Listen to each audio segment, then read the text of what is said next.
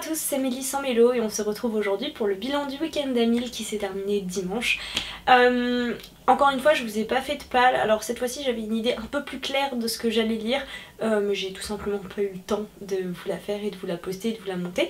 Donc on va faire le bilan en même temps que la pile à lire. Et du coup, avant qu'on aille plus loin dans cette vidéo, je vais vous faire un petit spoil de la fin. Je n'ai pas réussi ce challenge, même si honnêtement je pense que j'aurais pu, par rapport à toutes les fois où c'était vraiment des cas désespérés. Cette fois-ci il y avait du potentiel puisque vendredi soir j'avais déjà lu plus de 300 pages et samedi soir j'étais à 550 pages. 546 pages pour être exact, et en fait j'ai pas lu le dimanche. Voilà. C'était un week-end assez chargé pour moi, j'avais des grosses deadlines, enfin j'ai des grosses deadlines pour la fin de la semaine.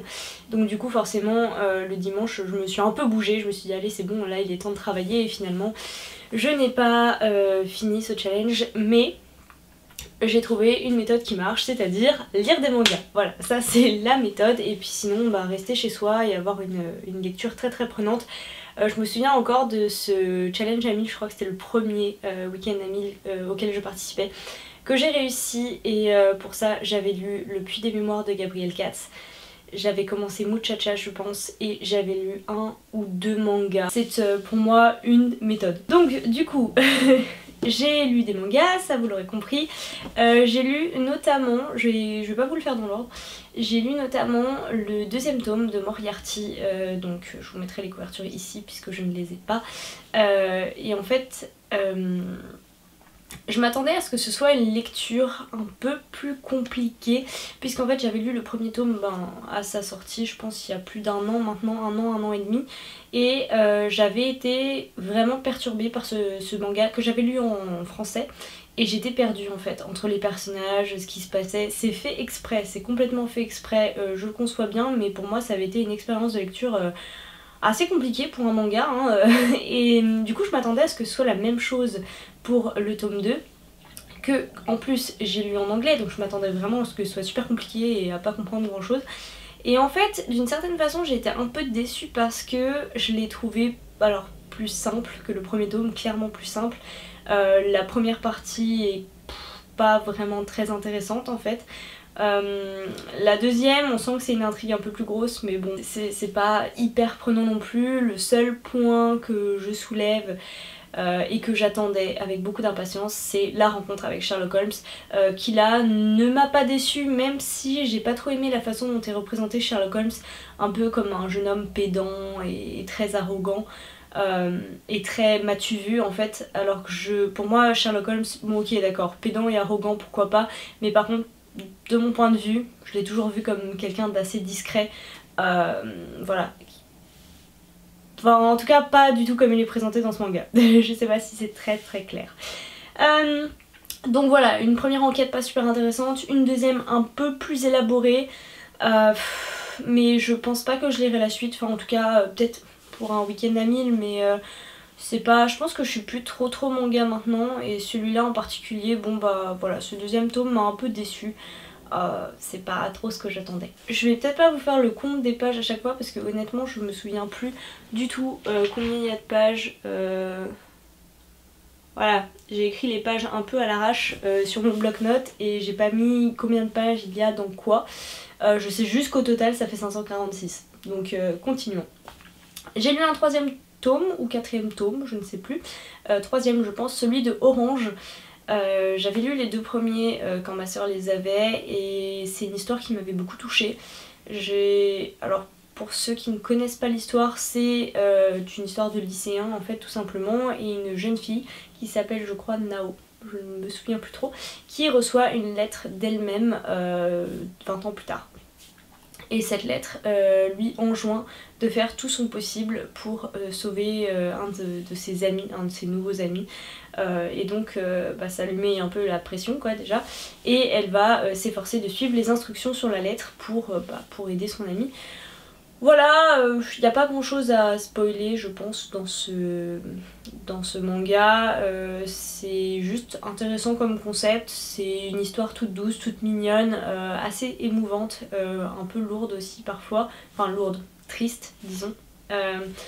Donc voilà, j'ai bien avancé, ça m'a bien plu. Je pense que je finirai parce que il y a 6 tomes, donc je garderai peut-être les 2 prochains pour un prochain week-end à lire. J'ai aussi commencé un manga dont j'entends énormément parler. Il y en a 2 comme ça que j'avais envie de lire. C'était L'Atelier des Sorciers et The Promised Neverland. J'ai lu donc le premier tome de The Promised Neverland. C'est une histoire qui m'a beaucoup fait penser à un film qui est également un livre, mais j'ai juste vu l'adaptation. C'est Never Let Me Go. En fait on va suivre des enfants qui sont dans un orphelinat, qui suivent des tests, qui ont des cours et qui ont tous un numéro de série. Et on va comprendre petit à petit au fur et à mesure de ce premier tome que lorsqu'ils sortent de l'orphelinat, en fait ils ne sont pas adoptés comme ils le pensent. J'ai bien aimé les dessins. J'aime beaucoup l'idée, même si du coup pour moi ça me fait penser un peu à Never Let Me Go. Le fond de l'histoire n'est pas le même, hein, je veux pas... c'est pas exactement la même chose, mais dans l'idée en tout cas pour moi ça m'a fait penser à ça. Je sais pas, je sais pas, je pense que je lirai la suite par curiosité, mais c'est pas non plus un manga dont je suis tombée red dingue. Voilà, les dessins sont bien, l'idée est sympa, puis encore une fois je pense que je suis plus trop manga, voilà, ou plus trop lecture, peut-être qu'en ce moment j'ai pas très envie de ça. Mais je comprends que c'est une idée qui est séduite. Et ouais, sûrement que je lirai un peu par-ci par-là quelques chapitres par curiosité. Ensuite j'ai lu 2 romans. Alors j'ai fini un roman et j'en ai continué un. En ce moment je suis beaucoup à cheval sur plusieurs lectures. D'ailleurs il y a toujours, cette fois je l'ai pas sorti du tout pour le week-end à 1000, mais Rivers of London qui est toujours sur ma table de chevet et qui n'a pas bougé, le pauvre. Mais j'ai continué un livre que j'avais commencé sur mon téléphone. Les nuits d'insomnie, tout ça, c'est plus pratique pour lire. Et en fait, c'est Prodigy, la suite de Légende de Marie-Lu. Alors, j'ai lu Légende il y a quelques années, quelques longues années, je pense que une dizaine d'années, c'est peut-être beaucoup, mais pas très loin en tout cas. Et ça m'avait beaucoup plu. Voilà, j'avais bien aimé le personnage, j'ai encore d'ailleurs toujours le livre, parce que je l'ai gardé, puisque c'était une bonne lecture. Et j'ai eu l'occasion d'acheter les 2 tomes suivants à 1€, je sais plus combien, pendant une OP chez Kobo. Et du coup j'ai commencé le 2. Et honnêtement je sais pas si je vais le finir. Enfin si, ok, non, je vais le finir parce que là je suis à pas encore 50%, mais il me reste peut-être 3 heures de lecture. Donc je vais sûrement faire l'effort de le finir. Mais je ne sais pas si je vais lire le tome suivant parce que... Ah, qu'est-ce que c'est... Franchement ça m'ennuie, c'est clairement destiné à de la jeunesse, mais enfin jeunesse non, jeune adulte, mais les histoires gnangnan, cheesy, il y a tout qui vient gros comme une maison, on a des explications en double parce que suggérer les choses ce serait trop compliqué pour le lecteur a priori, donc tout est écrit noir sur blanc, la moindre signification du moindre regard, on peut même pas en tant que lecteur se faire une idée puisque tout nous est imposé. Le jeune héros qui se demande « Ah oui, mais si elle me regarde comme ça, est-ce qu'elle a un faible pour moi? Non, ce serait trop bête. Mais si, en fait, oh, c'est extrêmement ennuyeux. Non, je suis un peu dure quand même. À partir de 35% de ma lecture, parce que je le lis donc comme je l'ai dit sur mon téléphone, à partir de 35% de la lecture, ça commence à bouger un peu. Ça devient intéressant, mais je trouve que les chapitres sont... Parfois j'ai du mal, voilà, il y a des chapitres... Alors après c'est des pages liseuses, hein, mais moi tous les chapitres qui font plus de 20 pages, je les trouve super longs et super chiants. Voilà, du coup j'ai le 2, j'ai le 3, mais est-ce que je terminerai la trilogie? Franchement quand j'aurai des trucs plus intéressants à lire, ça m'étonnerait, parce que là clairement ça me... Voilà, non, je ne suis pas séduite par ce 2e tome du tout. Je pense que tout simplement j'ai plus l'âge, je fais plus partie du public visé. C'est triste. Mais j'ai commencé ce week-end, et si je l'ai très bien commencé, c'est grâce à cette lecture, par Half-Bad de Sally Green.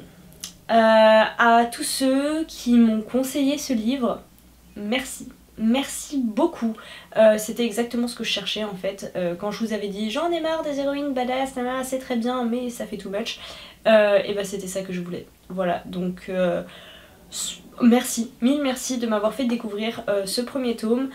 Je vais pas courir après le 2e, c'est pas un coup de cœur, mais c'était une excellente lecture, vraiment très bonne lecture. Ça change, Je sais que ça fait un petit moment qu'il est sorti, hein, je crois 2014 en version originale.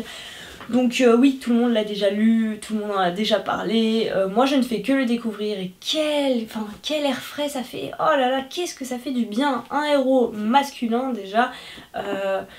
J'ai adoré l'histoire, j'ai adoré les deux types de sorcellerie. Peut-être que je devrais faire un résumé, peut-être que tout le monde ne connaît pas. Bon, ok. Donc nous allons suivre dans ce roman Nathan Beon, qui est un sorcier noir et un sorcier blanc en même temps. Voilà, donc son père est un sorcier noir, le plus connu et le plus cruel de tous. Et sa mère était une guérisseuse, une sorcière blanche, très appréciée. Et en fait toute l'histoire de ce premier tome en tout cas va tourner autour de du fait voilà que c'est un sang mêlé, on va les appeler sang mêlé, tiens ça me paraît bien. C'est un sang mêlé de deux types de sorcières et donc je pense qu'il est unique en tout cas si j'ai bien compris. Et le conseil des sorciers blancs le manipule, l'emprisonne, lui restreint ses libertés à mesure qu'il grandit, entouré donc par sa famille, la famille de sa mère en tout cas, donc sa grand-mère et ses demi-frères et demi-sœurs. Et toute l'intrigue tourne autour du fait que on ne sait pas trop, puisqu'il est encore jeune et qu'il n'a pas reçu ses dons, on ne sait pas trop s'il est vraiment blanc ou vraiment noir. J'ai beaucoup aimé le personnage de Nathan déjà, qu'on voit grandir, qu'on voit évoluer. J'ai vraiment beaucoup aimé cet univers, donc avec cette idée de sorcière blanc, sorcière noire, enfin sorcier blanc, sorcier noir. Même si je pense qu'il manque un peu plus d'historique dans cette histoire. On sait que les sorciers blancs sont à la poursuite des sorciers noirs et les tuent systématiquement. Du coup, moi ma question c'est depuis combien de temps ça dure et comment ça se fait qu'il y a encore des sorciers noirs, puisque de toute évidence il y en a plus beaucoup et les sorciers blancs sont en supériorité numérique d'après ce que j'ai compris. Enfin en tout cas dans le contexte, disons que j'aurais aimé avoir ce type d'informations.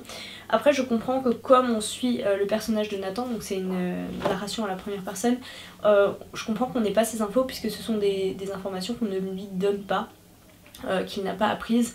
Mais voilà, j'aurais bien aimé en savoir un peu plus sur ce monde sorcier blanc, sorcier noir. Donc ce cher Nathan qu'on va voir évoluer. Le roman commence avec un prologue lorsqu'il a je pense 14 ou 16 ans. Et en fait la réelle histoire commence quand il a je pense à peu près 5 ans, avec des souvenirs. Et puis petit à petit ça évolue avec les faits marquants de sa vie, jusqu'au moment où on retombe sur la partie prologue, donc où il a 14 ans, on comprend comment il a évolué, pourquoi il est arrivé dans une cage, puisque c'est là qu'on le rencontre pour la première fois. J'ai trouvé ça très bien réalisé, hein, cette façon de faire un prologue assez... il y a un beau teasing, en plus c'est... le prologue est écrit à la deuxième personne du singulier, donc c'est encore plus particulier. J'ai été un peu perturbée au début, je me suis dit oula, si ça dure comme ça tout le roman ça va être dur à lire, mais non, c'est juste le prologue et du coup ça donne un effet assez sympa et assez original. Donc voilà, voir Nathan grandir, le voir évoluer, découvrir la haine des autres, la cruauté des autres, le voir se résigner petit à petit, comprendre qu'il sera jamais... comme personne en fait, et qu'il ne sera jamais accepté par la communauté des sorciers blancs, qu'il ne sera jamais autorisé à aimer son père et qu'il n'aura plus jamais le droit d'en parler, le voir peu à peu ostracisé, le voir marqué comme une bête, voilà, le voir étouffé petit à petit parce qu'on étouffe clairement, et puis ce besoin de liberté qu'il a, parce que ça reste un enfant puis un adolescent. Donc une bonne lecture, un bel univers, encore merci à vous. Je ne sais pas quand je lirai la suite, probablement pas tout de suite, je pense pas avant cet été, puisque là j'ai encore pas mal de romans à épuiser qui sont ici et que je vais devoir ramener en France sans les avoir lus malheureusement, puisque c'est bientôt la fin de ce voyage Erasmus. Avant de vous dire un petit mot là-dessus, je vais conclure sur le bilan de mon week-end à 1000, hein, comme ça sera fait. Donc voilà, une très très belle lecture pour le commencer, les mangas que je voulais avancer, que je voulais découvrir, donc je suis très contente d'avoir lu. Et un livre un peu moyen dont je ne sais pas encore si je vais le finir et dont probablement je ne vous reparlerai pas. Donc c'est encore un échec pour ce challenge, mais je ne désespère pas, un jour j'y arriverai, peut-être quand je n'aurai plus de devoirs à faire le week-end notamment. Donc pour ça je mets tout mon espoir dans ceux qui arriveront dans la deuxième partie de l'année. Pour ceux et celles que la suite n'intéresse pas, donc qui va sûrement se résumer en un petit blabla, j'espère pas trop long. Je vous remercie d'avoir suivi cette vidéo, j'espère que vous avez passé un bon week-end, que vous avez fait de belles lectures, de belles découvertes, et puis on se retrouve la semaine prochaine pour une nouvelle vidéo. Pour ceux qui sont restés avec moi, déjà merci. Je me souviens, je crois que c'était à peu près dans ce contexte, après un bilan, que j'avais fait mon petit blabla en juin l'année dernière je crois, enfin cet été, pour dire voilà que je partais en Irlande. Donc j'en profite pour dire quelques mots ici. Ça fait longtemps que je vous ai pas fait de vlog, ouais je sais. Vu là où on en est dans l'année actuellement, je pense que je ne vous sortirai pas ces vlogs avant cet été peut-être. Quand je remettrai le nez dans toutes ces vidéos, toutes ces photos, et voilà j'essaierai de trier, je ferai des voix off parce que je sais qu'il manque des prises de son qui sont pas terribles, ou que je dois refaire ou qui nécessitent plus d'explications, et du coup il faudra que je me base sur ma mémoire en laquelle je n'ai pas très confiance. Donc voilà, je pense que ça viendra plus tard. En attendant, je vous ai pas fait de vlog non plus pour débrief. Je sais plus de quand date le dernier, mais ça fait un petit moment déjà. Ça par contre, la vidéo bilan de fin d'Erasmus, je vous la ferai, c'est certain. Je pense que la dernière date de janvier, quelque chose comme ça, donc ça fait déjà 2 mois. Là on est au mois d'avril, les cours se terminent, enfin on est déjà presque à la mi-avril, les cours se terminent dans 1 mois, les examens se terminent fin mai, le retour en France est prévu fin mai début juin. Donc voilà, tout va se précipiter, tout va aller très vite, ça va être les au revoir. Ça va être très dur je pense, je le sais déjà. Ça va être le début d'une nouvelle vie aussi, ça va être pas mal de mise en ordre, pas mal de mise en place, donc du coup je sais pas dans quelle mesure je serai présente en vidéo sur YouTube. Comme vous avez pu le remarquer sûrement si vous nous suivez sur Insta, je suis quasiment absente, alors qu'avant c'est vrai que je vous faisais quelques stories au moins, c'est vrai que là plus du tout. Et puis YouTube on continue bien sûr avec Mélo à vous faire au moins une vidéo par semaine, mais c'est pas toujours évident.